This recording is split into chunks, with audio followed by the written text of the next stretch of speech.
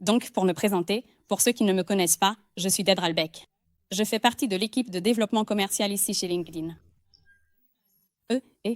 C'est vraiment super de voir tout le monde ici. On dirait que tout le monde est aussi enthousiaste et honoré que moi d'accueillir le professeur Christensen parmi nous aujourd'hui. Comme la plupart d'entre vous le savent, Clay est l'auteur à succès de The Innovator's Dilemma, l'un des livres les plus marquants et influents de notre époque.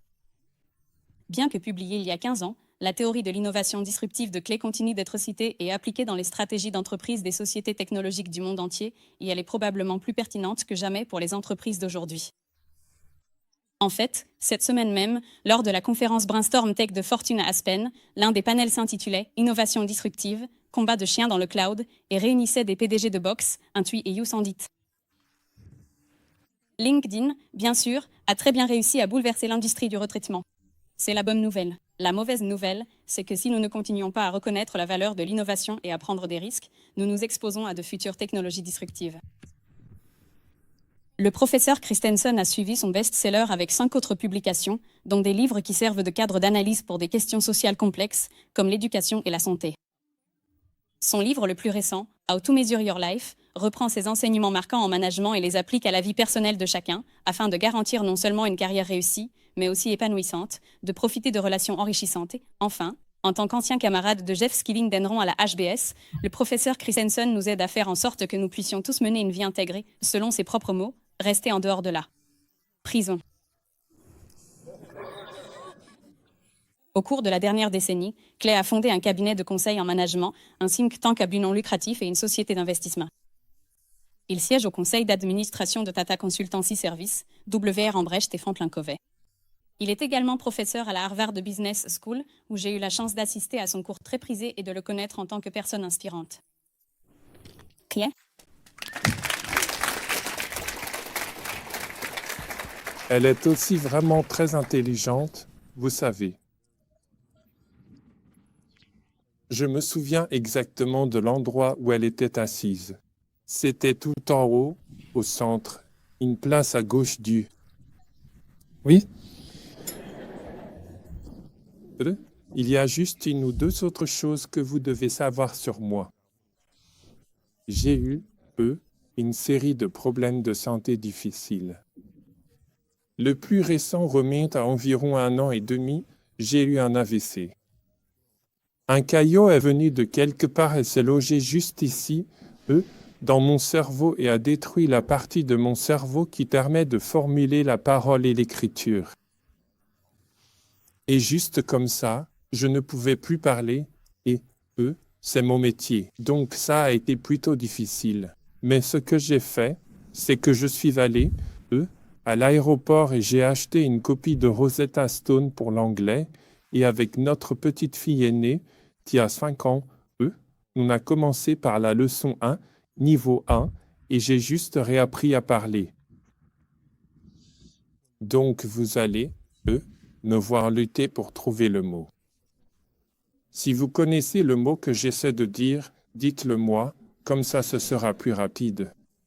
Et vous remarquerez aussi que j'aurai tendance à parler en regardant le sol plutôt que vous. Et la raison, c'est que si je vous regarde, vous allez un peu me distraire. Et si je regarde juste le sol, je peux me concentrer sur le mot qui doit sortir ensuite.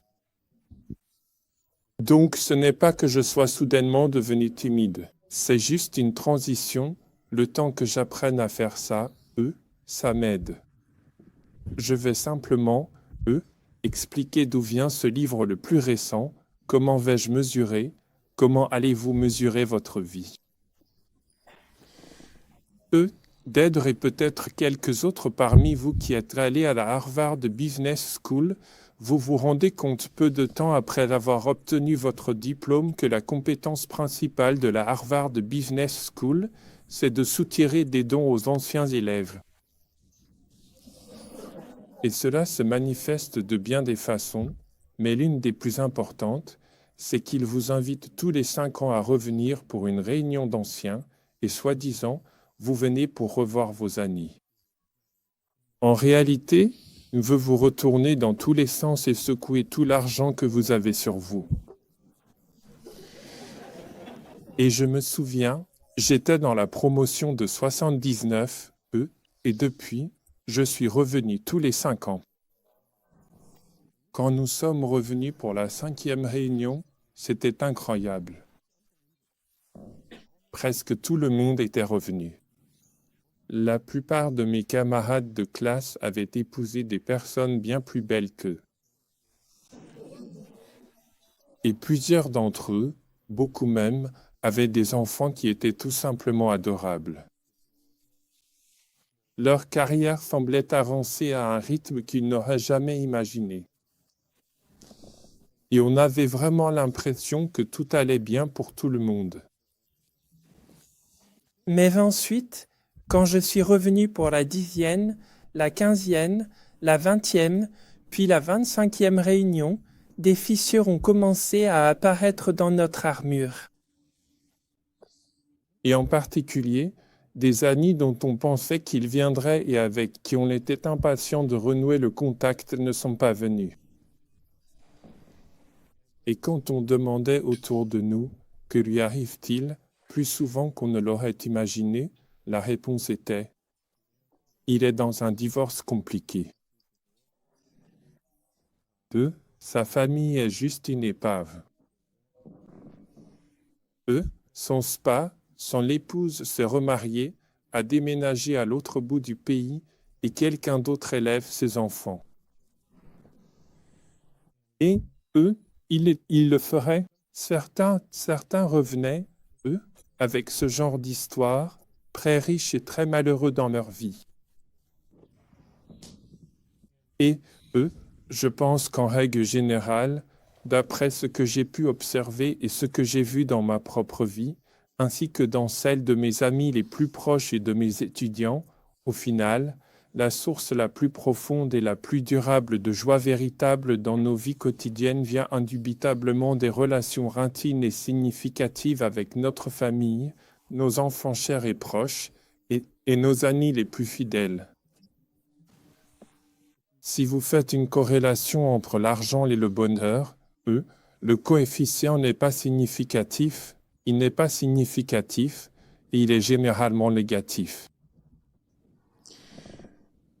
Donc je sais à quelle fréquence cela est arrivé chez les gens que je connais et que j'aime, et je peux vous garantir qu'aucun de mes camarades de classe, au moment de leur diplôme, n'avait prévu de sortir, de divorcer et d'avoir des enfants qui seraient aliénés d'eux. Et pourtant, un nombre choquant d'entre nous a mis en œuvre une stratégie que personne n'avait prévu de suivre. Donc ça, c'est un aspect. Et puis, comme Dèdre l'a mentionné, personnellement, un nombre surprenant ont fini par faire des choses qu'ils n'auraient jamais imaginé faire. Donc moi, j'ai eu une bourse Rhodes, je suis allé à Oxford. Chaque année, ils envoient 32 personnes d'Amérique. 2 des 32 ont fini en prison. L'un d'eux était un membre du Congrès à Washington. Il s'est retrouvé en tôle, pour une relation sexuelle avec une bénévole de 16 ans sur sa campagne de réélection, alors qu'il était marié et père de 3 enfants à l'époque. Un autre a été coincé pour son rôle dans une grosse affaire de délit d'initié. Et, comme elle l'a mentionné, Jeff Skilling, le PDG d'Enron, était un de mes camarades de promo à HBS. Et je les connaissais, je connaissais ces gars-là, et c'était de bonnes personnes. Et pourtant, ils ont pris des décisions dans leur vie qui ont fait que leur vie a pris une direction qu'ils n'avaient pas prévue. Et donc, je m'inquiète simplement que, certains des individus les plus prometteurs de cette génération finissent, par se retrouver dans une vie qu'ils n'auraient pas choisie. Donc, réfléchir à ce problème avec le soutien de mes étudiants a vraiment été un vrai succès. Donc, le cours que Dèdre a mentionné, est un cours sur la façon de construire et de maintenir des entreprises prospères. Pour faire cela, nous avons réalisé un fait d'une simplicité idiote, à savoir que, pour une raison ou une autre, quand Dieu a créé le monde, il nous a placés face à l'avenir, et il n'a rendu les données disponibles que sur le passé.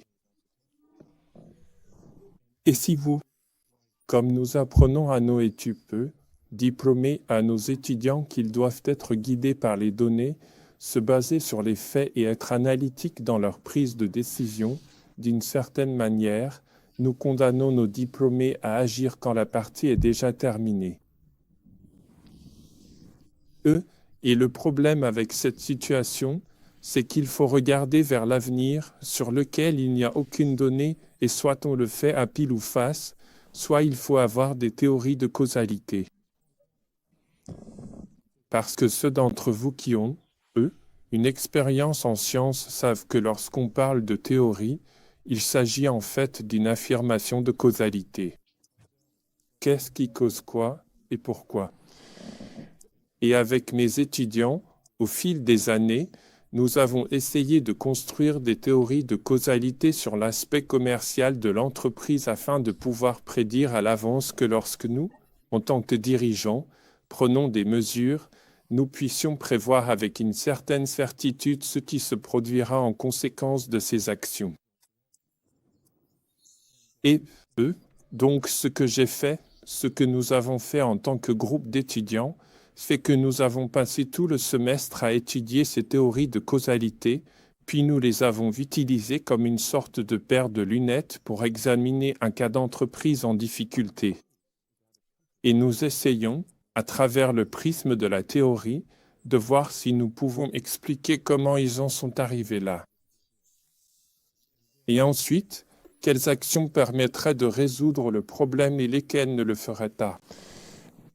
Et puis le lendemain, nous avons un autre cas portant sur un autre aspect du travail d'un manager, et là encore, nous utilisons ces théories comme des lunettes, nous étudions un nouveau cas, puis nous les retirons pour remettre la théorie de la veille afin de voir si nous pouvons comprendre de façon plus globale comment ils en sont arrivés là et quelles actions permettront de résoudre les problèmes.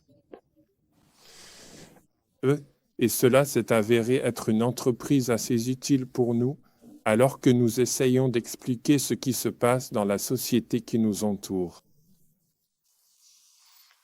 Puis, le dernier jour de cours, ce que nous avons fini par faire, c'est qu'au lieu de regarder les entreprises à travers le prisme de ces théories, nous les utilisons comme un miroir et nous nous regardons nous-mêmes à travers ces lunettes. Et la question est, si je continue à faire ce que je fais, quel sera le résultat dans ma vie? Et si c'est le résultat que je veux dans ma vie, que dois-je commencer à faire maintenant pour aller dans cette direction? Et donc, ça a vraiment été très éclairant pour nous tous, je pense, et par conséquent, avec un ancien étudiant et une femme qui avait été rédactrice en chef du Harvard Business Review, nous avons décidé d'écrire un livre intitulé « Comment allez-vous mesurer votre vie ?» Donc, si cela ne vous dérange pas, j'aimerais passer en revue quelques-unes des théories issues de nos recherches, vous montrer rapidement comment nous les avons utilisées pour comprendre les entreprises, puis inverser la perspective et partager avec vous ce que nous avons observé à propos de nos vies. La première théorie est donc la théorie de la disruption qui, a changé ma propre vie lorsqu'elle a émergé de ma thèse de doctorat. Mais c'est une théorie qui explique pourquoi tant d'entreprises prospères comme la vôtre sont renversées du sommet où elles se trouvent actuellement. Et qu'est-ce qui fait échouer les entreprises qui ont réussi? Et puis, une fois que vous avez réussi, qui pourrait vous faire tomber? Donc, j'aimerais simplement passer en revue cette théorie pour ceux d'entre vous qui ne la connaissent pas. Et j'ai choisi un secteur qui vous est totalement étranger à la plupart d'entre vous, juste pour que vous puissiez le voir de façon abstraite, et ensuite on pourra réfléchir à votre cas. Donc, pour ceux d'entre vous qui n'ont pas encore beaucoup fabriqué d'acier dans leur vie, historiquement, il y a deux façons de le faire. La majeure partie de l'acier mondial a historiquement été produite dans d'immenses aciéries intégrées. Aujourd'hui, il faudrait environ 10 milliards de dollars pour construire une aciérie intégrée. L'autre façon de faire, c'est ce qu'on appelle les mini-usines. Les mini-usines font fondre de la ferraille dans des fours électriques et on pourrait facilement installer 6 fours électriques dans cette pièce. Comme on peut fabriquer de l'acier dans une chambre aussi petite, il n'est pas nécessaire d'agrandir les étapes en aval et c'est pour ça qu'on appelle ces installations des mini-usines. La caractéristique la plus importante d'une mini-usine, c'est qu'on peut produire de l'acier de n'importe quelle qualité dans une mini-usine pour 20% moins cher que dans une aciérie intégrée. Maintenant, réfléchissez à ça une minute. Imaginez que vous êtes le PDG d'une entreprise sidérurgique intégrée quelque part dans le monde. Vous produisez des biens de base comme vous n'en avez jamais vu auparavant. Voici une technologie, les mini-usines, qui, si vous l'implémentez, réduirait le coût total de production de votre acier de 20%. Vous ne pensez pas que vous adopteriez cette technologie? Et pourtant, aucune entreprise sidérurgique intégrée, nulle part dans le monde, n'a encore construit et exploité une mini-usine. Désolé pour ça. Et voici, selon moi, pourquoi quelque chose qui a tellement de sens s'est avéré impossible à réaliser, même pour des gens intelligents. Donc, au début, l'industrie sidérurgique, comme toutes les industries, est structurée en niveaux. Tout en bas du marché, on trouve les barres d'armature en béton ou rebar. C'est tellement simple que presque tout le monde pourrait fabriquer des barres d'armature. En haut de gamme du marché, il y a la tôle d'acier utilisée pour fabriquer des voitures. C'est très compliqué à produire. Et à l'époque, au début de cette histoire, les aciéries intégrées fabriquaient toute la gamme de ces produits. L'idée des mini-usines est devenue technologiquement viable à la fin des années 1960. Et comme ces gars-là faisaient fondre de la ferraille dans des fours électriques, la qualité qu'ils pouvaient obtenir était vraiment médiocre. En fait, le seul marché qui acceptait d'acheter ce que produisaient les mini-usines, c'était celui des barres d'armature, tout en bas de l'échelle, parce qu'il n'y a pratiquement aucune spécification pour les barres d'armature à la base. Et une fois que c'était coulé dans le béton, on ne pouvait même pas vérifier si ça respectait les normes. Donc c'était vraiment le marché idéal pour des produits de mauvaise qualité. Quand ils ont attaqué ce segment du marché, la réaction des aciéries intégrées, c'est qu'elles étaient ravies de sortir de ce secteur. C'était vraiment un marché impitoyable, une vraie jungle. Les marges brutes n'étaient que de 7%. Ça n'avait aucun sens de défendre une activité à 7% de marge alors qu'en quittant ce secteur ou en concentrant leurs actifs sur l'échelon supérieur, les marges étaient de 12%. Donc, à mesure que les mini-usines augmentaient leur capacité à produire des barres d'armature, les aciéries intégrées ont tout simplement supprimé ce produit de leur gamme. En additionnant les chiffres restants, leur rentabilité s'est améliorée en abandonnant les barres d'armature. Les mini-usines, grâce à leur avantage de coût de 20%, ont engrangé des tonnes d'argent en se lançant dans les barres d'armature. Donc en fait, ils étaient ils étaient amis. Puis tout s'est effondré en 1979. Ce qui s'est passé cette année-là, c'est que les mini-usines ont finalement réussi à évincer le dernier acteur intégré à coûts élevés du marché des barres d'armature. Si vous regardez ce qui est arrivé au prix des barres d'armature en 1979, boum, le prix s'est effondré de 20%. Il se trouve qu'il y a un fait subtil à propos de la stratégie auquel nous n'avions jamais pensé auparavant, à savoir qu'une stratégie de bas coût ne fonctionne que tant qu'il y a un concurrent à coût élevé sur votre marché. Et dès qu'ils ont tous disparu, c'était mini-usine à bas coût contre mini-usine à bas coût dans un secteur de commodité, et très vite la concurrence a fait chuter les prix au point qu'ils ne pouvaient plus gagner d'argent. Alors, que vont faire ces mini-usines ? Elles ont essayé d'être plus efficaces dans la fabrication du fer à béton, mais ce n'était qu'une recette pour survivre.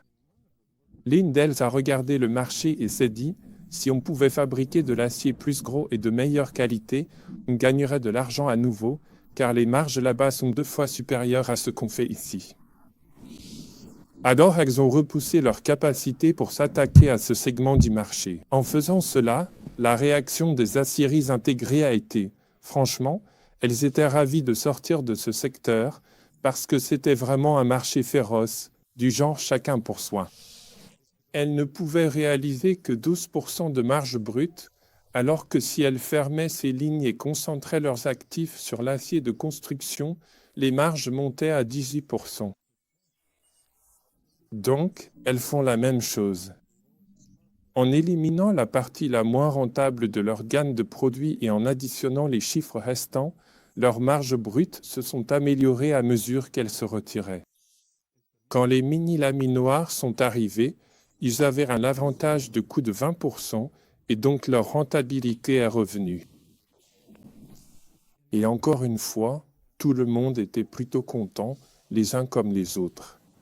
Mais tout cela s'est effondré en 1984.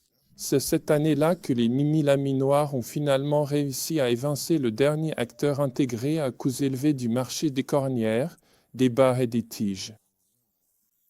Si vous regardez ce qui est arrivé au prix de ces produits cette année-là, boum, le prix s'est effondré de 20%. Et la récompense pour les mini-laminoirs après leur victoire, c'est qu'ils n'arrivaient plus à gagner d'argent. Alors, qu'est-ce que ces pauvres types vont faire ? Eh bien, ils doivent monter en gamme. Et à mesure qu'ils montaient en gamme, la réaction, le calcul des acteurs intégrés était le même. Si on se retirait, notre rentabilité s'améliorait. Et donc ils l'ont fait, et dès qu'ils sont partis, les prix se sont effondrés.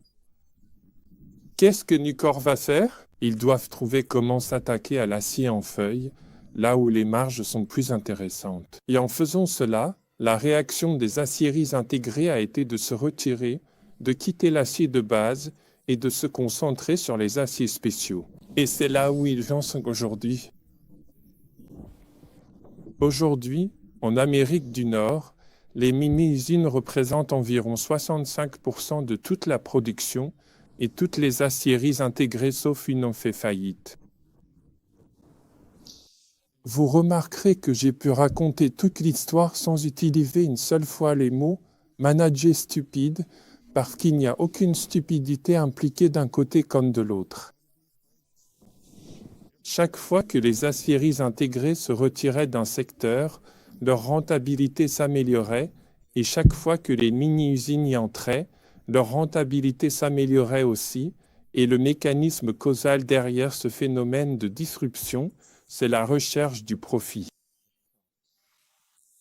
Et c'est pour cela que vous pouvez prédire avec une réelle certitude que si vous essayez de lancer une nouvelle entreprise et que vous pensez pouvoir gagner en dépassant l'équivalent des concurrents intégrés dans votre marché, et que vous pouvez les battre en fabriquant de meilleurs produits que vous vendrez avec de meilleures marges à leurs meilleurs clients, ils vous écraseront. Mais si vous arrivez par le bas comme ça et que vous récupérez les clients qu'ils ne veulent pas cibler, puis que vous progressez vers le haut, vous créez une guerre où votre adversaire est plus motivé à fuir qu'à vous combattre. Et eux, c'est vraiment pour ça que vous êtes ce que vous êtes, parce que vous perturbez les fournisseurs de services, de recherche, de placement et ainsi de suite, ainsi qu'une multitude d'autres choses. Ou as-tu déjà vu ce phénomène où quelqu'un arrive par le bas du marché et finit par tout rafler en remontant? Les panneaux solaires, ce n'est pas le cas. On en a parlé. On aimerait que ça marche, mais ce n'est pas le cas. Et Walmart? Les disques durs. Oui, Walmart l'a fait avec Kmart. Ils l'ont fait avec les disques durs aussi. Pour les disques durs, ça s'est produit encore et encore. Dans l'informatique, ça s'est produit encore et encore. Est-ce que quelqu'un ici connaît une entreprise qui s'appelle Toyota? On perd un peu de recul, mais ils ne sont pas arrivés sur les marchés occidentaux avec une Lexus. Ils sont venus dans les années 60 avec de petites sous-compacts rouillées appelées Corona, puis ils sont passés de la Corona à la Tercel, la Corolla, la Camry, l'Avalon, le 4Runner, le Sequoia et enfin la Lexus. Et General Motors et Ford fabriquaient de grosses voitures pour de grandes personnes et ils voyaient Toyota arriver par le bas dans les années 70 et 80. Qu'est-ce que ce pauvre mini laminoir allait bien pouvoir faire? Eh bien, ils ont essayé d'être plus efficaces dans la fabrication de barres d'armature, mais c'était juste une recette pour survivre. Et puis l'un d'eux a regardé le marché et s'est dit « Oh là là, si on pouvait juste fabriquer de l'acier plus gros et de meilleure qualité, on gagnerait de l'argent à nouveau parce que les marges là-bas sont presque 2 fois supérieures à ce qu'on fait ici. » Alors ils ont repoussé leur capacité pour s'attaquer à ce segment du marché. En faisant cela, la réaction des aciéries intégrées a été qu'elles étaient ravies de quitter ce secteur, car c'était vraiment un marché féroce et sans pitié. Elles ne pouvaient réaliser que 12% de marge brute, alors que si elles fermaient ces lignes et concentraient leurs actifs sur l'acier de construction, les marges montaient à 18%. Alors elles ont fait la même chose. En supprimant la partie la moins rentable de leur gamme de produits, puis en additionnant les chiffres restants, leurs marges brutes se sont améliorées à mesure qu'elles se retiraient. Lorsque les mini laminoirs sont arrivés, ils avaient un avantage de coût de 20% et donc leur rentabilité est revenue. Et encore une fois, tout le monde était plutôt content de la situation. Mais tout cela s'est effondré en 1984. C'est cette année-là que les mini-laminoirs ont finalement réussi à chasser le dernier acteur intégré à coûts élevés du marché de l'acier d'Ande, des barres et des tiges. Si vous regardez ce qui s'est passé avec les prix de ces produits cette année-là, boum, le prix s'est effondré de 20%. Et la récompense pour les mini-laminoirs après leur victoire, c'est qu'ils ne pouvaient plus gagner d'argent. Alors, qu'est-ce que ces pauvres types vont faire? Eux, ils sont obligés de monter en gamme. Et à mesure qu'ils montaient en gamme, la réaction, le raisonnement des acteurs intégrés était le même. Si on se retire, notre rentabilité s'améliore. Et c'est ce qu'ils ont fait, et dès qu'ils sont partis, les prix se sont effondrés. Qu'est-ce que Nucor va faire? Ils doivent trouver comment s'attaquer à l'acier en feuille, là où les marges sont plus intéressantes. Et en faisant cela, la réaction des aciéries intégrées a été de se retirer, de quitter l'acier de base et de se concentrer sur les aciers spéciaux. Et c'est là où ils en sont aujourd'hui. Aujourd'hui, en Amérique du Nord, les mini-usines représentent environ 65% de toute la production et toutes les aciéries intégrées sauf une ont fait faillite. Vous remarquerez que j'ai pu raconter toute l'histoire sans utiliser une seule fois le terme « mauvais gestionnaire ». Parce qu'il n'y a aucune stupidité en jeu, d'aucun côté de l'équation. Chaque fois que les aciéries intégrées se retiraient d'un secteur, leur rentabilité s'améliorait. Et chaque fois que les mini-usines entraient sur le marché, leur rentabilité s'améliorait aussi. Et le mécanisme causal derrière ce phénomène, cette dynamique de la disruption, c'est la recherche du profit.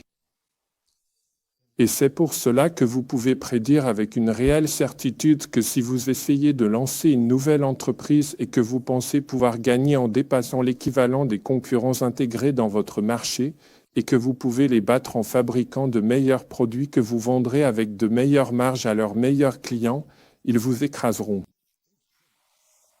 Mais si vous arrivez par le bas comme ça et que vous récupérez les clients qu'ils ne veulent pas cibler, puis que vous montez en gamme, Vous déclenchez une guerre où votre adversaire est motivé à fuir plutôt qu'à vous affronter. Et c'est vraiment pour ça que vous êtes ce que vous êtes, parce que vous êtes en train de bouleverser les fournisseurs de services, de recherche, de placement et bien d'autres choses encore. Ou as-tu déjà vu ça se produire, où quelqu'un arrive par le bas du marché et finit par tout rafler en montant? Les panneaux solaires, ce n'est pas le cas. On en a parlé. On aimerait que ça marche, mais ce n'est pas le cas. Et Walmart? Les disques durs. Oui, Walmart l'a fait avec Kmart. Ils l'ont fait avec les disques durs. Pour les disques durs, ça s'est produit encore et encore. Dans l'informatique, ça s'est produit encore et encore. Est-ce que quelqu'un ici connaît une entreprise qui s'appelle Toyota? On perd la perspective, mais ils ne sont pas arrivés sur les marchés occidentaux avec Lexus. Ils sont venus dans les années 60 avec de petites sous-compacts rouillées après Corona. Et ensuite, ils sont passés de la Corona à la Tercel, la Corolla, la Camry, l'Avalon, le 4Runner, la Sequoia et enfin la Lexus. Et General Motors et Ford fabriquaient de grosses voitures pour de grandes personnes. Et ils voyaient Toyota arriver par le bas dans les années 70 et 80 et ils disaient, vous savez, on ne devrait pas aller chercher ces types-là.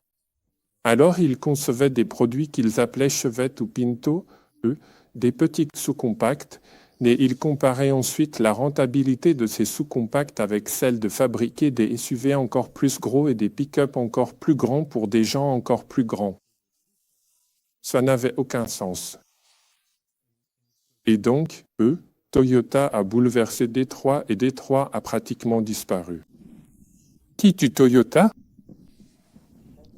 Hyundai et Kia, les Coréens, ont volé la partie inférieure du marché à Toyota, non pas parce que Toyota dort aux commandes, mais pourquoi Toyota voudrait-il défendre la partie la moins rentable de l'entreprise alors qu'ils ont le privilège de concurrencer Mercedes dans les voitures de luxe? Et puis Chery arrive de Chine, et sérieusement, nous n'avons pas à nous en soucier.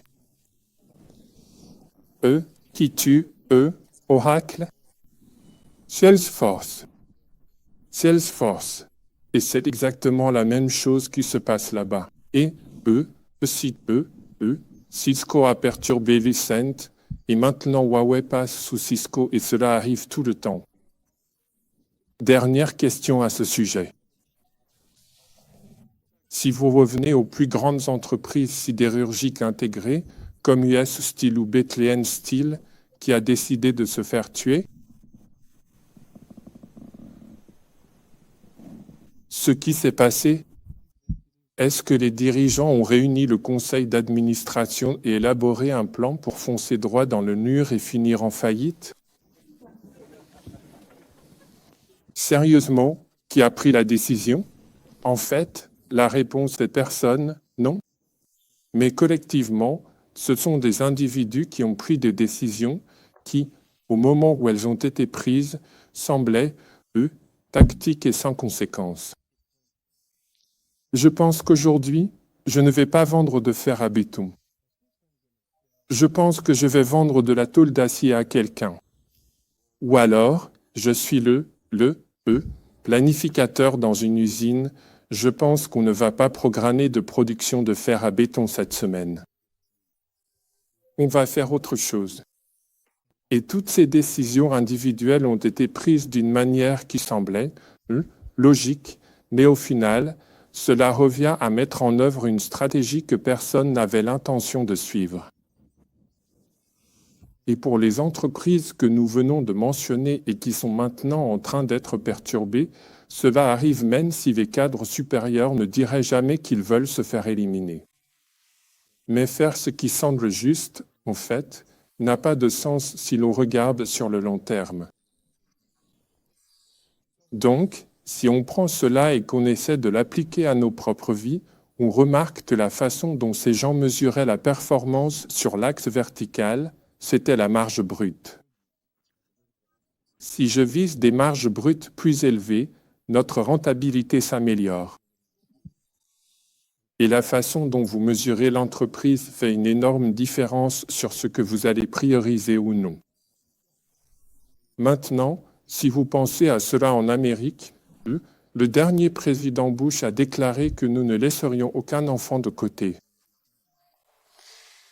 Et en environ un an, ils ont dû définir comment nous allions mesurer le fait de laisser des gens de côté. Et dès qu'ils ont eu ce critère, les districts à travers l'Amérique ont tout de suite basculé et ont commencé à enseigner en fonction du test afin d'être évalués comme ne laissant personne de côté. Peu importe si c'était le bon critère ou non, tout le monde essaie toujours de suivre le critère selon lequel il est évalué. Et donc, le choix des marges brutes a en fait poussé ces personnes à quitter le bas de gamme et à se concentrer sur le haut de gamme parce que le pourcentage de marge brute augmentait à mesure qu'ils sortaient du bas de gamme. Alors, comment mesurons-nous notre vie? Eh bien, je pense que c'est à peu près vrai. Les personnes qui ont un fort besoin de réussite, ce qui inclut au moins 100% des gens dans cette salle. Quand nous avons un peu d'énergie supplémentaire en plus ou bien 30 minutes de temps libre disponible, nous allons naturellement consacrer ces précieuses ressources à l'activité qui nous donne la preuve la plus concrète, la plus tangible et la plus immédiate de réussite, et ce qui nous apporte véritablement ce sentiment profond de réussite et d'accomplissement, ce sont indéniablement nos carrières professionnelles. Chaque jour, nous terminons un projet, lançons un produit, concluons une vente, obtenons une promotion, recevons un salaire, et nos vies, dans notre profession, nous offrent presque chaque jour des preuves tangibles et immédiates que nous accomplissons quelque chose. En revanche, les relations intimes avec nos enfants, nos conjoints et nos amis proches ne rapportent pas au quotidien. En fait, ceux d'entre vous qui ont des enfants le constatent. Au jour le jour, vos enfants se comportent mal tous les jours. Et ce n'est vraiment qu'au bout de 20 ans que vous pouvez les regarder, mettre vos mains sur les hanches et dire « On a élevé une femme formidable ». Mais au quotidien, cela ne nous donne tout simplement pas de preuve immédiate de réussite. Et donc, quand on a ce petit surplus d'énergie ou ces 30 minutes de temps libre, notre tendance est d'investir plus de temps dans notre travail en se disant que demain, je commencerai à passer plus de temps avec ma famille. Et le mécanisme est exactement le même que celui de ces gars-là lorsqu'ils décident d'investir ici plutôt que là. Ils ont mis en œuvre une stratégie qu'ils n'avaient pas prévu d'appliquer dans leur propre vie. Beaucoup de gens se retrouvent malheureusement dans des situations familiales malheureuses, même s'ils ne l'avaient absolument pas prévu ainsi, et ce, principalement à cause de la manière dont ils ont consciemment alloué leurs précieuses ressources financières et émotionnelles. C'est, une sorte de, à un niveau plus général, une façon de penser à ce problème. Presque tout le monde, quand on lance une entreprise, on a une stratégie. Pour mettre en œuvre la stratégie, nous avons besoin de ressources, alors nous cherchons des financements, puis nous décidons dans quoi investir et dans quoi ne pas investir, et cette allocation des ressources détermine les types de produits, de services, de processus et d'acquisition, et c'est cela qui définit notre stratégie. Et parfois, la stratégie que nous poursuivons réellement correspond à ce que nous avions prévu de faire, mais très souvent, des problèmes et des opportunités inattendues surgissent dans nos vies, et nous appelons cela des initiatives émergentes. Et les initiatives d'urgence commencent à entrer en concurrence avec la stratégie initialement prévue pour l'obtention de ressources, et ce que vous décidez de mettre en œuvre dépend de ce dans quoi vous investissez lors du processus d'allocation des ressources. Et à mesure que vous réussissez sur le marché, vous apprenez alors beaucoup plus sur ce qui fonctionne et ce qui ne fonctionne pas. Donc, Pour la plupart des entreprises, la stratégie n'est pas un événement analytique suivi d'une mise en œuvre, mais la stratégie émerge en réalité en continu, 24H, 24 et 7J7, à mesure que les gens décident, de façon incrémentale et individuellement, ce que nous allons prioriser et ce que nous n'allons pas prioriser. Et ceci est en quelque sorte un résumé général, une synthèse généralisée de ce qui s'est passé dans cette entreprise sidérurgique. En fin de compte, lorsque vous décidez dans quoi investir lors du processus d'allocation des ressources, les priorités s'intègrent dans la formule de profit de l'entreprise. Et donc, la raison pour laquelle les entreprises sidérurgiques mesuraient la rentabilité par le pourcentage de marge brute, c'est que tout le monde, à l'intérieur comme à l'extérieur de l'entreprise, évaluait la rentabilité de cette manière, et cela déterminait alors ce que vous pouviez prioriser ou non.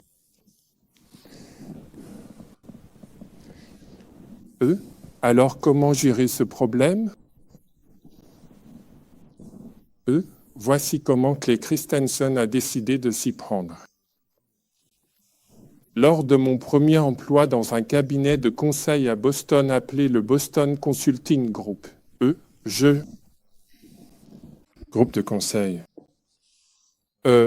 Environ un mois après avoir commencé dans l'entreprise, le chef de projet pour lequel je travaillais est venu me voir un mardi et m'a dit « Clay, juste pour que tu puisses t'organiser, dimanche à 14 heures, nous avons une grande réunion d'équipe parce qu'on doit rassembler tout ce que nous avons pour une grosse réunion lundi prochain avec le client et voici ta mission. » Et j'ai dit « Oh, mince Mike, j'ai un problème ici, c'est que j'ai pris un engagement envers Dieu quand j'avais 16 ans de ne pas travailler le dimanche. Et je suis simplement quelqu'un de religieux et c'était juste ce que je voulais faire de ma vie. » Et Mike est devenu fou, il a dit « Ici, c'est une entreprise où tout le monde, si c'est nécessaire, travaille quand il le faut. » Et j'ai dit « Eh bien, c'est ce que je fais, mais je ne veux pas être ce genre de personne. Et si je ne peux pas consacrer mes dimanches à ma foi, je ne veux tout simplement pas travailler ici. » Il était tellement en colère, il est parti, il est revenu environ 1 heure plus tard, un peu calmé, et il a dit « Écoute, j'ai parlé avec tout le monde et on le fera samedi à 14 heures. » Et j'ai dit « Oh mec, j'ai un problème parce que j'ai fait une promesse à ma femme, que je ne travaillerai pas le samedi. » C'était une priorité pour notre famille. Et Mike a complètement perdu son sang-froid à ce moment-là. Et il a dit, si tu es marié et que tu prends un poste dans cette entreprise, tu dois savoir ce qui passe en premier. Et j'ai dit, eh bien, la raison pour laquelle j'ai des ennuis, c'est parce que je sais ce qui doit passer en premier et je ne peux pas venir à cette réunion samedi. Et il a dit, tout le monde travaille le samedi. Et j'ai répondu, mais moi, je ne peux pas. Bref, il s'est encore plus énervé, il est revenu 1 heure plus tard. Et il a dit, est-ce qu'il t'arrive de travailler le vendredi, par hasard? Bref, donc ça a très bien marché. Et j'y ai beaucoup et profondément réfléchi parce que si j'avais été, si juste cette fois-là, j'avais dit, juste cette fois, dans cette circonstance tout à fait exceptionnelle, je vais enfreindre ma règle habituelle et le faire. Le problème fondamental avec ce raisonnement, c'est que toute ma vie a été un flot absolument ininterrompu de circonstances exceptionnelles, et j'ai alors compris que je devais absolument tenir bon pour moi-même, pour mon propre bien-être. Quelles que soient mes règles, il est plus facile de s'y tenir 100% du temps que 98% du temps. Et cela a été, même si ce n'était que de petites réunions sans importance, il y a 30 ans, elles se sont avérées être 2 des décisions les plus importantes que j'ai jamais prises. Et il est devenu connu dans cette entreprise que si Clay Christensen est dans votre équipe, il ne travaille pas le samedi, il ne travaille pas le dimanche, il part d'ici à 18 heures. Plus personne ne m'a jamais demandé de travailler le samedi, le dimanche ou en soirée après cela. Et je crois aussi que, encore une fois, cela vient de la perspective de ma foi en Dieu. Si nous faisons les choses que Dieu veut que nous fassions parce qu'il veut que nous soyons heureux, il nous élèvera afin que, dans notre profession, nous puissions réellement accomplir davantage, qu'il peut nous permettre de faire plus que ce que nous serions autrement capables de faire. Bref, voilà une série de réflexions sur la façon dont vous allez mesurer votre vie. J'ai encore quelques réflexions, mais avez-vous des questions, des cas, des critiques, des commentaires ou des boulets de canon? Est-ce que ça va pour vous? Le point suivant, c'est que vous avez remarqué que j'ai souligné dans le schéma de style que leur choix de la façon dont ils mesureraient la rentabilité, le pourcentage de marge brute, a vraiment défini ce qu'ils feraient ou ne feraient pas. Donc, cela m'a amené, avec mes étudiants, à me demander comment nous allions mesurer nos vies et j'ai eu une intuition qui, pour moi, a été très utile. Un jour, je conduisais tôt le matin pour aller au travail et j'ai ressenti quelque chose. Je ne sais pas d'où cela venait, mais c'était un sentiment intérieur que j'allais recevoir une grande responsabilité professionnelle et c'était très excitant. Et c'était tellement clair pour moi que cela allait arriver que j'ai commencé à réfléchir à la façon dont j'allais constituer l'équipe et à tout organiser. Et puis, quelques mois plus tard, ils ont annoncé qu'en fait, la personne en place partait et ils ont nommé quelqu'un d'autre que Clay Christensen. Et je me suis dit, j'étais tellement certain que cela allait m'arriver. Et j'avais en quelque sorte basé tout mon prochain projet de vie sur ça. Et j'ai commencé à me poser des questions. Je regarde mon CV par rapport au sien et le mien était bien meilleur, tu vois. Qu'est-ce qui ne va pas chez moi? Pourquoi n'aurait-il pas fait ce choix? Et donc, j'ai eu toutes ces pensées. Et puis j'ai eu une révélation d'une simplicité idiote sur la façon d'évaluer ce qui venait de se passer, ce qui va peut-être sembler stupide à certains d'entre vous, mais la conclusion était que Dieu n'embauche pas de comptable. Et ce que je veux dire par là, c'est que nous, parce que nous avons des esprits limités, pour comprendre ce qui se passe, nous devons regrouper les phénomènes en chiffres. Et donc, vous ne pouvez pas garder une trace de tous les clients individuels qui vous passent une commande. Vous ne pouvez tout simplement pas, votre cerveau ne peut pas tous les garder en mémoire, et donc nous devons regrouper cela en termes de commandes puis de revenus, et ils ne peuvent pas non plus suivre tous vos éléments, tous les coûts individuels, alors vous regroupez cela, puis vous soustrayez les coûts des revenus, et si le résultat net est un chiffre plus élevé que l'année dernière, alors vous vous en sortez bien, et si c'est plus bas, alors vous faites des erreurs. Mais parce que nous avons des esprits limités, nous devons regrouper pour savoir ce qui se passe. Et cela nous donne aussi un sens de la hiérarchie. Ainsi, les personnes qui supervisent de plus grands chiffres sont plus haut placées que celles qui sont responsables de chiffres plus petits d'une manière ou d'une autre. Et donc nous avons cette impression que si nous gravissons les échelons plus vite que les autres, nous avons plus de succès qu'eux. Et si nous devenons plus riches que les autres, c'est un chiffre. Et nous commençons alors à croire que c'est ainsi que nous allons mesurer nos vies. Mais ensuite, j'ai compris que la différence, c'est que Dieu a un esprit infini.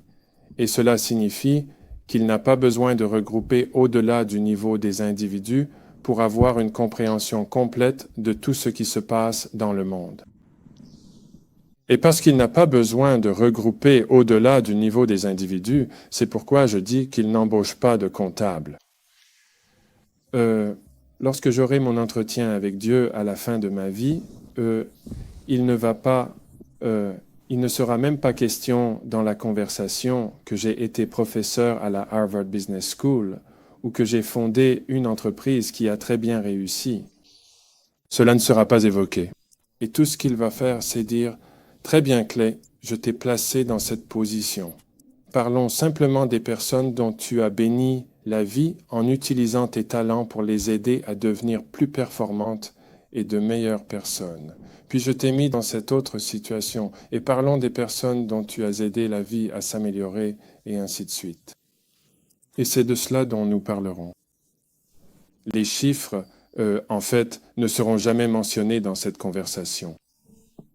Et une fois que j'ai compris que c'est ainsi que Dieu mesurerait ma vie, à travers les personnes dont j'ai aidé la vie à s'améliorer, oh là là, l'influence que cela a eue sur ma vie, sur ce que j'essaie d'accomplir chaque jour, a complètement changé.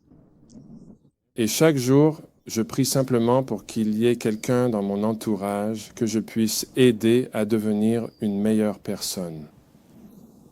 Et je vous assure, je me sens tellement plus important et significatif pour la société à cause de la façon dont j'ai personnellement choisi de mesurer ma vie et mon existence. Et je me suis dit que j'allais simplement vous proposer cela pour que vous puissiez réfléchir à quel est le but de votre vie et comment vous allez le mesurer. Parce que comprendre la façon de mesurer aura un impact très important sur ce que vous faites. Est-ce que je dois continuer? Avez-vous des questions ou des commentaires? D'accord. Je suis désolé de... Je voudrais revenir sur une autre théorie qui me semble importante aussi bien dans le monde des affaires que dans notre vie personnelle, et c'est, comment puis-je l'appeler? Un fléau pour l'humanité que j'appellerais la pensée du coût marginal. Et ceux d'entre vous qui ont suivi des cours de finance ou d'économie se souviennent qu'il existe une loi ou un principe selon lequel il faut ignorer les coûts irrécupérables et fixes et se concentrer uniquement sur le coût marginal et le revenu marginal associé à une activité particulière. Et la raison pour laquelle c'est si crucial, c'est que si vous êtes une entreprise établie comme LinkedIn et que vous envisagez de lancer une nouvelle activité qui pourrait être perturbatrice pour vous-même, si vous appliquez la logique de la réflexion en termes de coût marginal, cela vous empêche de faire ce que vous devriez faire. Permettez-moi donc de revenir sur l'histoire de l'acier et d'expliquer comment cela se produit. Nous avons un cas dans notre cours à propos de US Steel, qui est l'une de ces entreprises, et cela s'est produit en 1989. Les mini-laminoirs avaient chassé US Steel de ces 3 segments du marché, et tout ce qu'ils produisaient, c'était de la tôle d'acier. Et il y a eu une annonce dans le journal selon laquelle le plus grand mini-laminoir, Nucor, venait d'annoncer qu'il allait passer d'ici à là en construisant le premier mini-laminoir au monde capable de produire de la tôle. Et le chef d'un groupe d'ingénieurs a réuni l'équipe et a dit « Mesdames et messieurs, nous sommes morts. Parce qu'à ce jour, chaque fois que les mini-laminoirs prenaient une part, nous fuyions. Et maintenant, il n'y a plus nulle part où aller. Nucor a annoncé qu'ils arrivaient et nous devons soit fermer, soit construire un mini-laminoir. » Alors, ils ont examiné à quoi ressemblaient les données économiques et à l'époque, US Steel pouvait produire de l'acier de base pour $340. Ils le vendaient à 350, donc ils s'accrochaient tout juste du bout des ongles.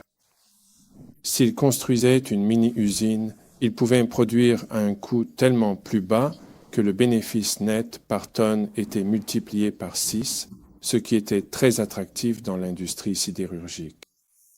Et donc, la proposition a tout simplement traversé le processus sans encombre jusqu'à ce qu'elle arrive au directeur financier.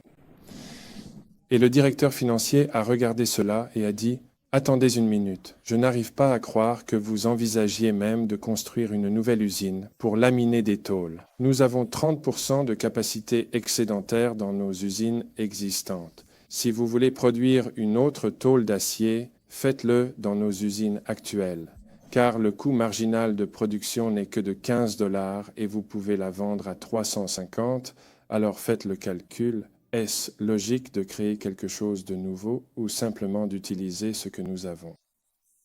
Et les ingénieurs ont regardé cela, et ils étaient tellement honteux que cela ne leur soit jamais venu à l'esprit, alors ils ont simplement décidé de ne pas le faire. Eh bien, ce qui s'est passé ensuite, c'est qu'aucun des commerciaux ne voulait vendre cette tôle bas de gamme. Et une question avec mes étudiants et moi sur la façon dont nous allons mesurer nos vies. Et j'ai eu une révélation qui, pour moi, a été très utile. Et un jour, je conduisais tôt le matin pour aller au travail et j'ai juste ressenti quelque chose.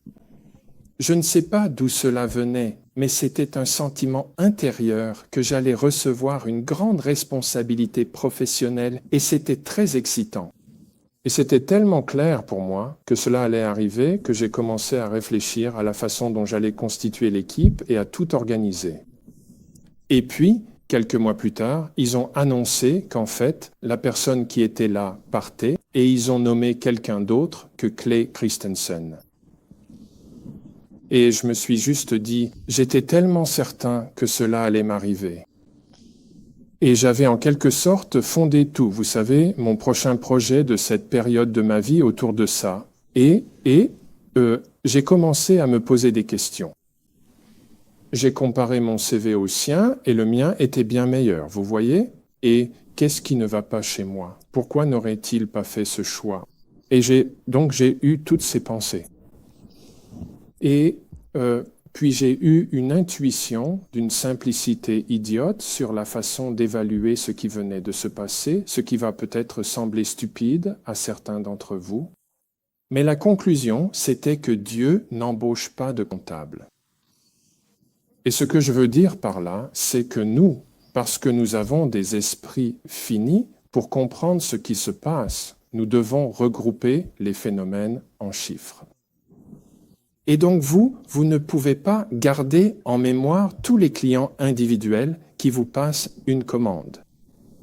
Vous ne pouvez tout simplement pas tous les garder en tête, en vue, et donc nous devons regrouper cela en termes de commandes puis de revenus. Et ils ne peuvent pas non plus suivre tous vos éléments, tous les coûts individuels, alors vous regroupez cela, puis vous soustrayez les coûts des revenus. Et si le résultat net est un chiffre plus élevé que l'année dernière, alors vous vous en sortez bien. Et s'il est plus bas, alors vous faites des erreurs. Mais comme nous avons des esprits limités, nous devons regrouper pour savoir ce qui se passe. Et cela nous donne aussi un sens de la hiérarchie. Donc les personnes qui supervisent de plus grands chiffres sont plus haut placées que celles qui sont responsables de chiffres plus petits d'une manière ou d'une autre. Et donc nous avons cette impression que si nous gravissons les échelons plus rapidement que les autres, nous avons plus de succès qu'eux. Et si nous devenons plus riches que les autres, c'est un chiffre. Et nous commençons alors à croire que c'est ainsi que nous allons mesurer nos vies.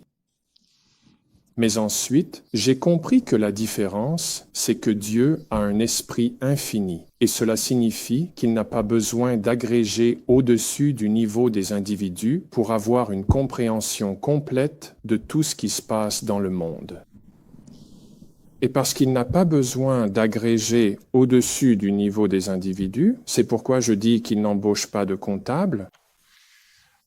Lorsque j'aurai mon entretien avec Dieu à la fin de ma vie, il ne va pas, cela ne sera même pas mentionné dans la conversation que j'ai été professeur à la Harvard Business School ou que j'ai fondé une entreprise qui a très bien réussi.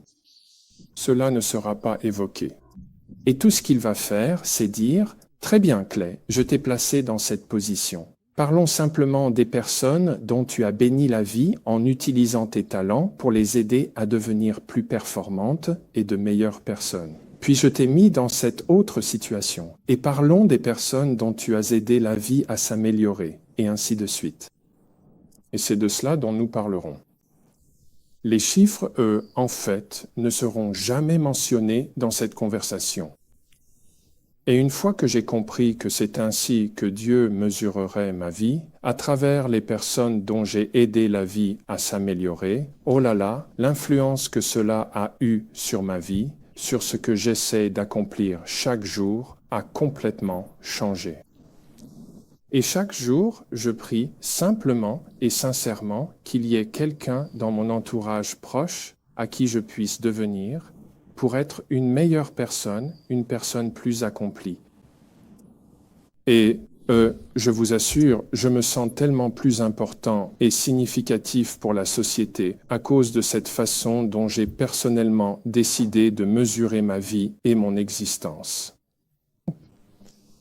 Et je me suis dit que je pourrais simplement vous proposer cela pour que vous puissiez réfléchir à quel est le but de votre vie et comment vous allez le mesurer. Parce que comprendre la façon de mesurer aura un impact très important sur ce que vous faites. Est-ce que je dois continuer? Avez-vous des questions ou des commentaires? D'accord.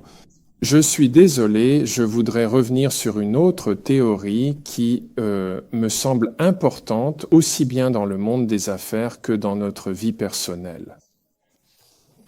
Et c'est, comment puis-je l'appeler?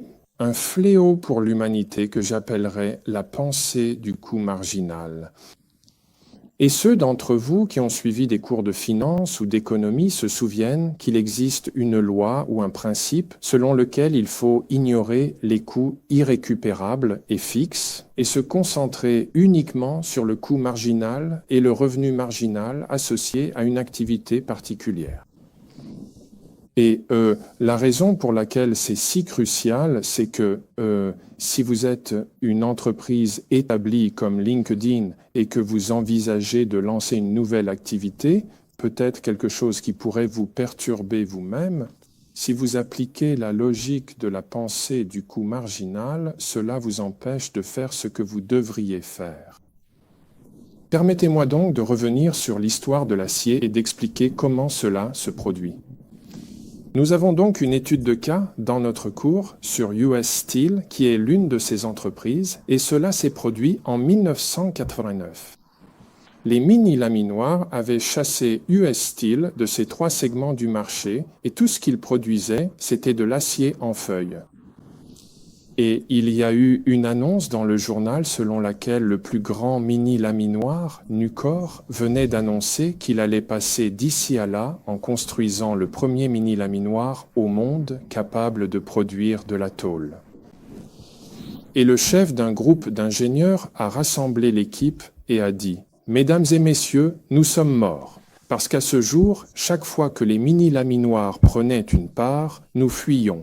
Et maintenant, il n'y a plus nulle part où aller.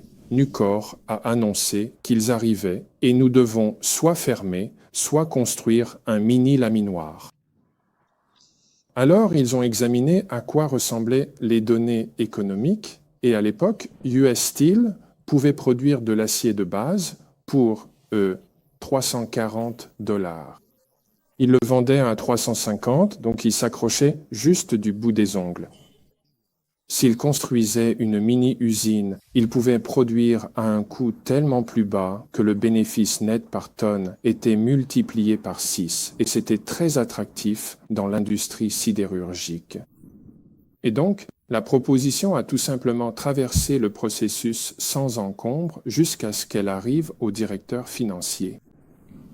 Et le directeur financier a regardé cela et a dit « Attendez une minute. Je n'arrive pas à croire que vous envisagiez même de construire une nouvelle usine pour laminer des tôles. Nous avons 30% de capacité excédentaire dans nos usines existantes. Si vous voulez produire une autre tôle d'acier, faites-le dans nos usines actuelles, car le coût marginal de production n'est que de $15 et vous pouvez la vendre à 350, alors faites le calcul. Est-ce que ça a du sens de créer quelque chose de nouveau ou simplement d'utiliser ce que nous avons? Et les ingénieurs ont regardé cela et ils étaient tellement honteux que cela ne leur soit jamais venu à l'esprit, alors ils ont simplement décidé de ne pas le faire. Eh bien, ce qui s'est passé ensuite, c'est qu'aucun des commerciaux ne voulait vendre cette tôle bas de gamme. Et si vous baissiez le prix sur une tonne pour remplir la capacité excédentaire, il fallait baisser le prix sur chaque tonne. Et cela n'avait tout simplement aucun sens de le faire. Et donc, ils se sont retrouvés sans nouvelle mini-lamineuse. Il s'avère que s'ils avaient construit la mini-lamineuse, qui coûtait environ 300 millions de dollars, au cours des 2 décennies suivantes, cela aurait généré un flux de trésorerie libre de 3 milliards de dollars. Je suis désolé, 3 milliards de dollars. Et ce serait remboursé plus de 10 fois, même si cela n'avait aucun sens de le faire.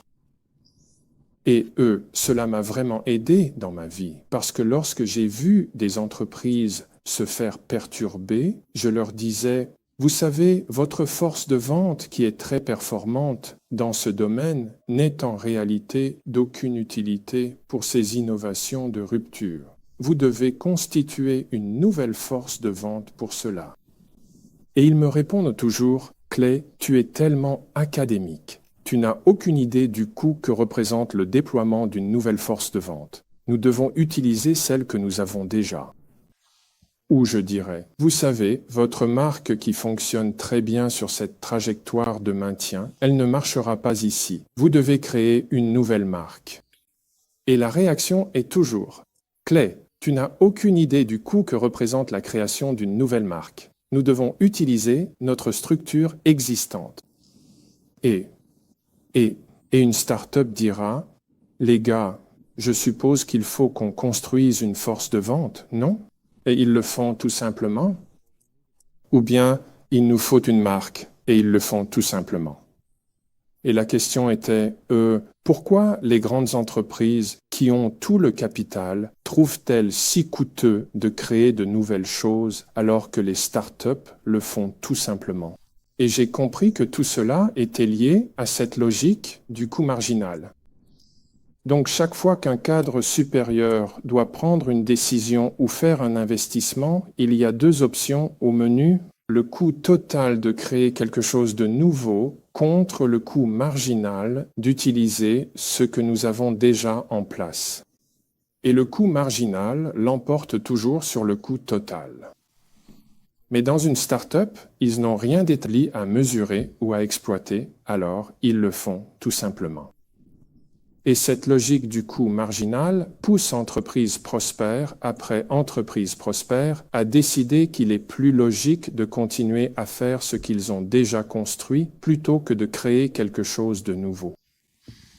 Et c'était la même logique du coût marginal que j'ai décrite lorsque Mike voulait que je le rencontre un samedi ou un dimanche. Parce que si le discours était juste cette fois, dans ces circonstances particulières, c'est acceptable de le faire. Je pense alors que le coût marginal est faible et que le bénéfice marginal est élevé. Mais avec le temps, c'est presque toujours le coût total que je dois payer.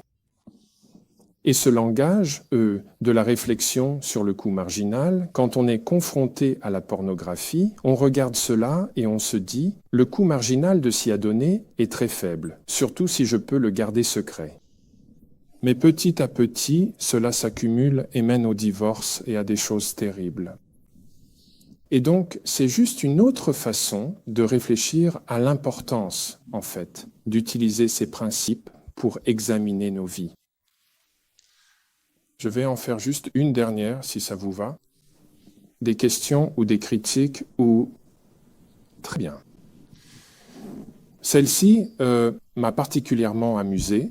Donc, me voilà Clay et j'ai certaines caractéristiques. Malheureusement, je viens d'avoir 60 ans. Nous avons 5 enfants, nous vivons en banlieue, nous avons des diplômes avancés et tout ça. Mais le fait d'avoir ces caractéristiques ne m'a pas poussé à aller acheter le Wall Street Journal. Il peut y avoir une corrélation entre mes caractéristiques et la probabilité que j'achète le Wall Street Journal, mais ce ne sont pas ces caractéristiques qui me poussent à le faire. Ce qui me pousse à le faire, c'est que, vous savez, il nous arrive des choses tous les jours. Des tâches apparaissent dans nos vies que nous devons accomplir. Et nous faisons appel à des produits, des services ou des personnes pour accomplir ces tâches à notre place. Et ce que cela implique, c'est qu'en marketing, comprendre le client est la mauvaise unité d'analyse. Il faut comprendre la tâche qu'ils essaient d'accomplir. C'est ça qui est essentiel. Et pour illustrer cela, je voudrais rapidement raconter une histoire amusante à propos des milkshakes. Donc, l'une des grandes chaînes de restauration rapide essayait de stimuler les ventes de ces milkshakes. Alors, ils ont fait venir des clients qui achetaient des milkshakes et leur demandaient « Comment pourrions-nous améliorer les milkshakes pour que vous en achetiez plus ?» Les clients donnaient des retours très clairs. Ensuite, ils amélioraient le milkshake selon ces critères et cela n'avait absolument aucun impact sur les ventes ou les profits.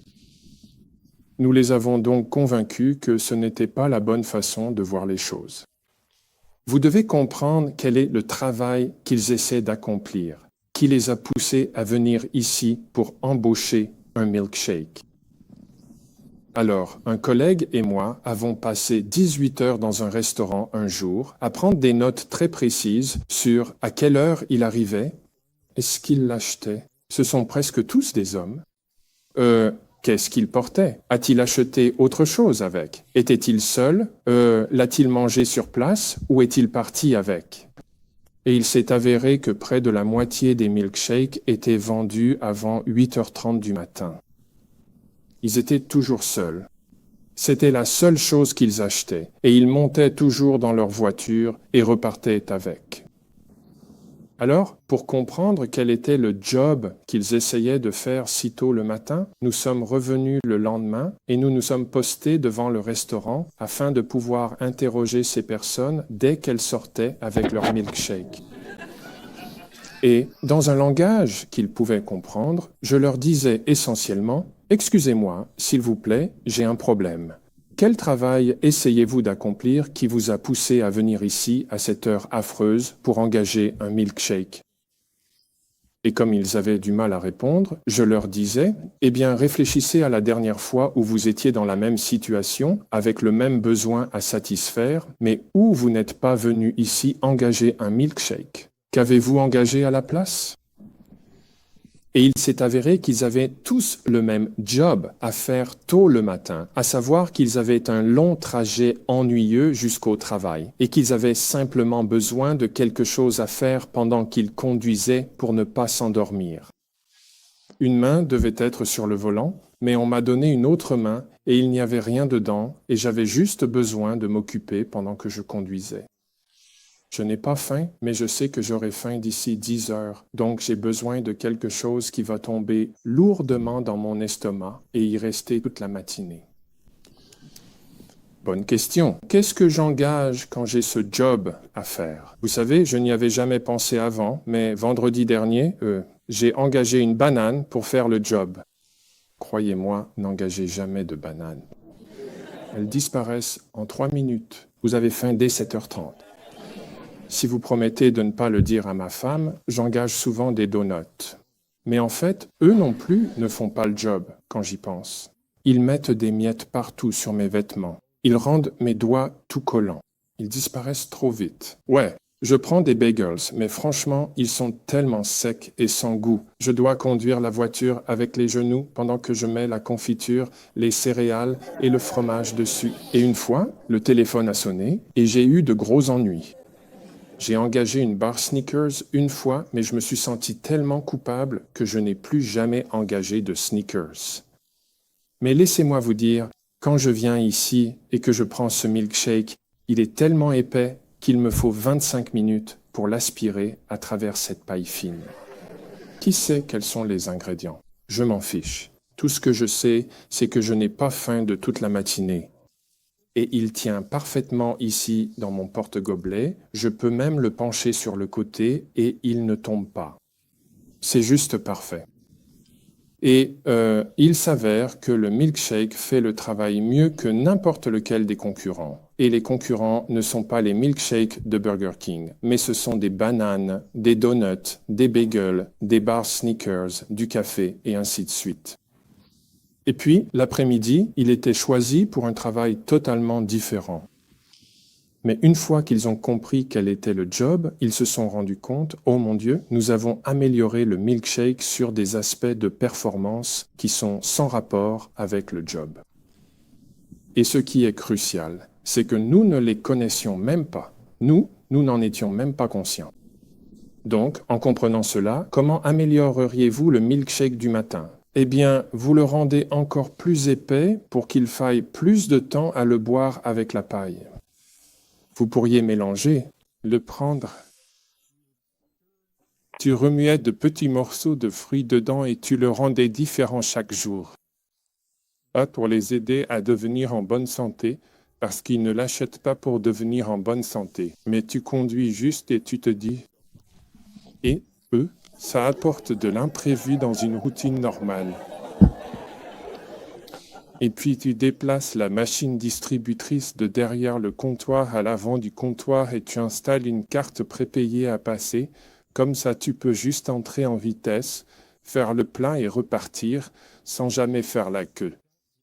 Et ça ne devient évident que si tu comprends le travail à accomplir. Alors, un de nos étudiants, le dernier jour de cours, a demandé aux autres membres de la classe « Est-ce que vous avez déjà pensé ?» C'est un gars. « Est-ce que vous vous êtes déjà demandé pour quel travail votre femme vous a engagé ?» Et en y réfléchissant, j'ai commencé à me demander, dans ma propre vie, est-ce que je comprends quels sont les jobs dans la vie de Christine pour lesquels elle pourrait engager un mari? Et j'ai réalisé très vite que j'ai vraiment, honnêtement, essayé d'être un homme désintéressé. Et je passe une grande partie de ma vie à faire des choses pour Christine dont je suis certain qu'elle a besoin. Et je travaille tellement dur pour être le genre de mari dont je suis certain qu'elle a besoin, et puis, quand elle n'apprécie pas ce que j'essaie de lui apporter, je me fâche parce que j'essaie de te donner ce dont je sais que tu as besoin. Et puis, quand l'étudiant a dit « Non, Clay, tu dois t'asseoir à sa place et comprendre. » N'essaie pas de comprendre Christine. Tu dois comprendre quels sont les jobs qui apparaissent dans la vie de Christine pour lesquels un mari pourrait être utile. Parce que tout comme le milkshake était en concurrence avec Burger King, tu sais, d'autres produits et pas seulement les milkshakes, la plupart du temps, tu as des options pour accomplir la tâche en dehors de ton conjoint. Et j'ai réalisé que, oh là là, c'est frustrant de penser comme la plupart des marketeurs, je suis certain que tu as besoin de notre produit. Je suis certain que tu veux ce que je veux t'offrir. Au lieu de chercher à comprendre quel est le job, puis, d'essayer de devenir le genre de mari qui peut accomplir ce job parfaitement. Et, j'y travaille encore, mais ça a été une façon formidable pour moi de réfléchir à ce qui pourrait être la source d'un mariage encore plus heureux. On est là-dedans depuis 36 ans. Mais il nous reste encore beaucoup de chemin à parcourir. Bref, il y a encore quelques autres choses, mais je vous ai déjà pris pas mal de temps. D'autres commentaires ou questions auxquelles je pourrais répondre? Oui. Pourrais-tu utiliser ça, à moins que ce ne soit pas une question importante. On ferait peut-être mieux d'avoir juste ces deux-là et ensuite... Ouais. Je me demandais donc si vous aviez réfléchi au pays, à la manière dont vous avez articulé les différences entre les startups et les entreprises établies. Ouais. Certains pays ont déjà réalisé beaucoup d'investissements. Ils ont construit beaucoup d'infrastructures. Ouais. Et ils essaient d'étendre cela d'une certaine manière pour optimiser leurs coûts marginaux. D'autres pays, des pays start-up, des pays qui n'ont pas beaucoup d'infrastructures sont en train de regarder les technologies disponibles et de construire quelque chose de nouveau. Et ils n'ont pas vraiment à se soucier des coûts marginaux, ce qui leur donne un avantage. C'est vrai. On peut déployer un système téléphonique entièrement basé sur le cellulaire. On peut construire tous vos trains en ligne à grande vitesse. Ouais. Donc je me demandais si vous pouviez parler un peu de cette question. Eh bien, c'est un excellent. C'est une observation très importante et vous avez tout à fait raison. Donc, dans la compétition entre les nations, il y a deux choses qui se passent. La première, c'est une véritable disruption.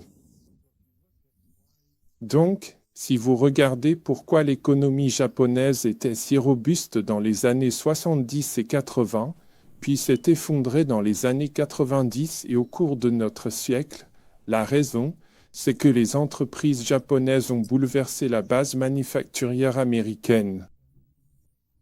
Ce n'était pas seulement Toyota.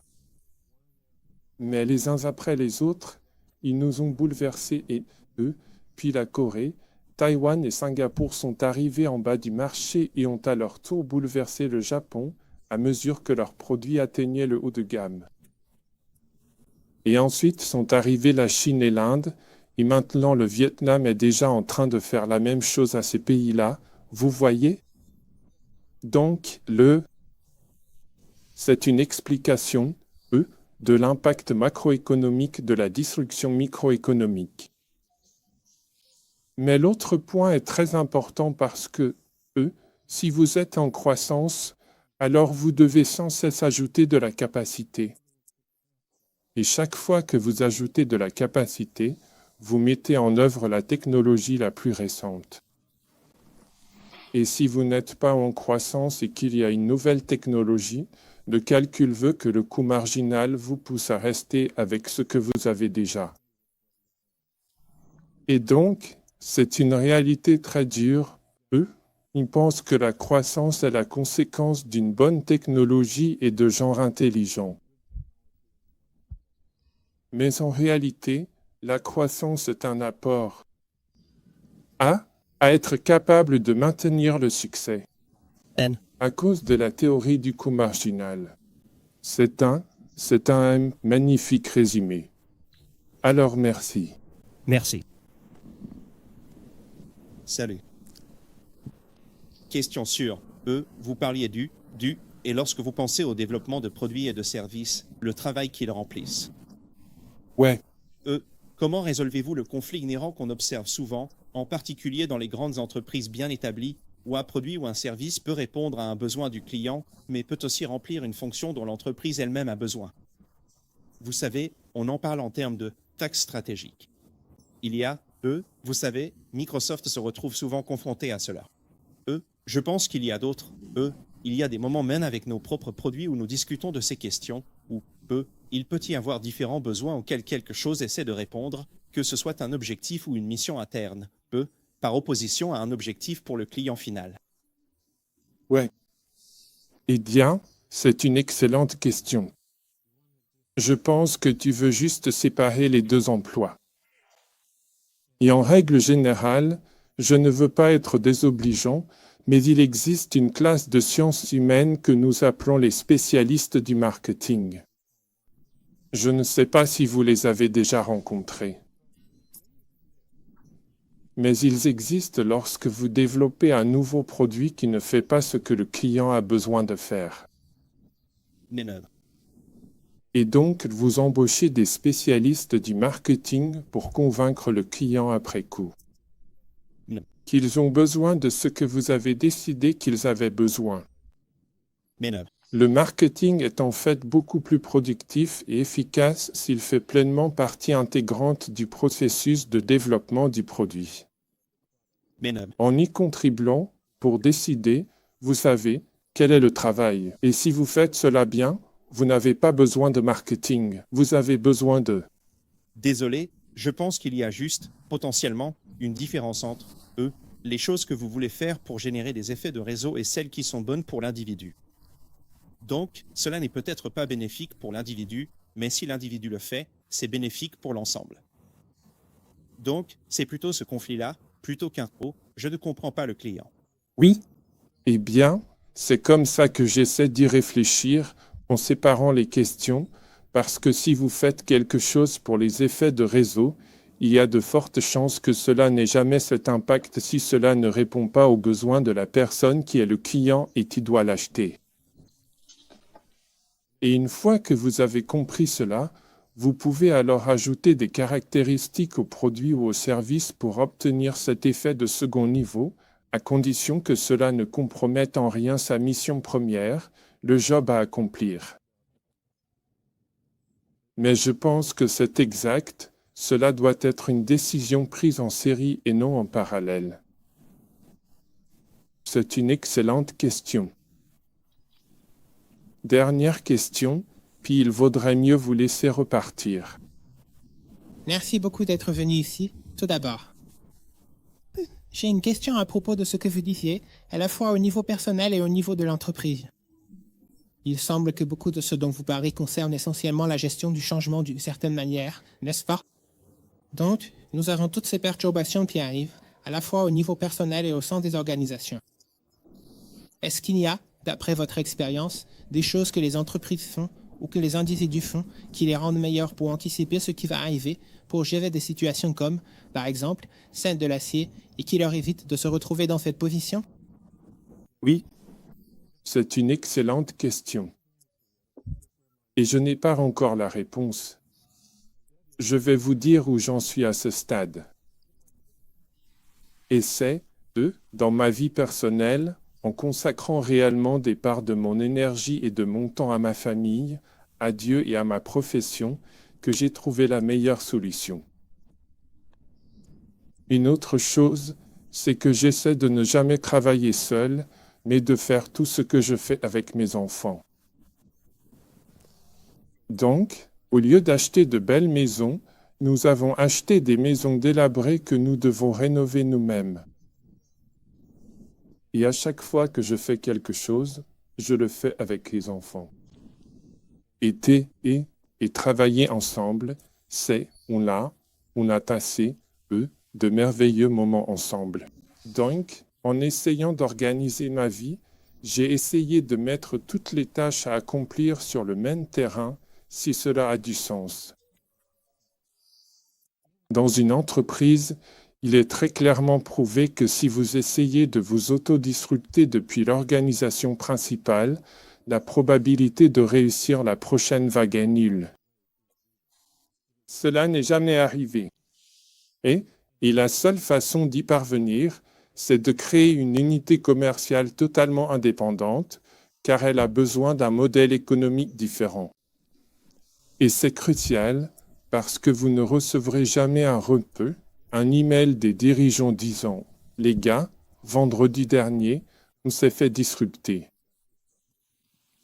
C'est un processus, pas un événement. Et si vous, la nouvelle activité commence et se définit vraiment pendant que l'activité principale est au sommet de sa forme. Si vous attendez que celle-ci soit en difficulté, alors la partie est terminée. Et c'est pour ça qu'il faut le faire en parallèle. J'espère que cela vous sera utile.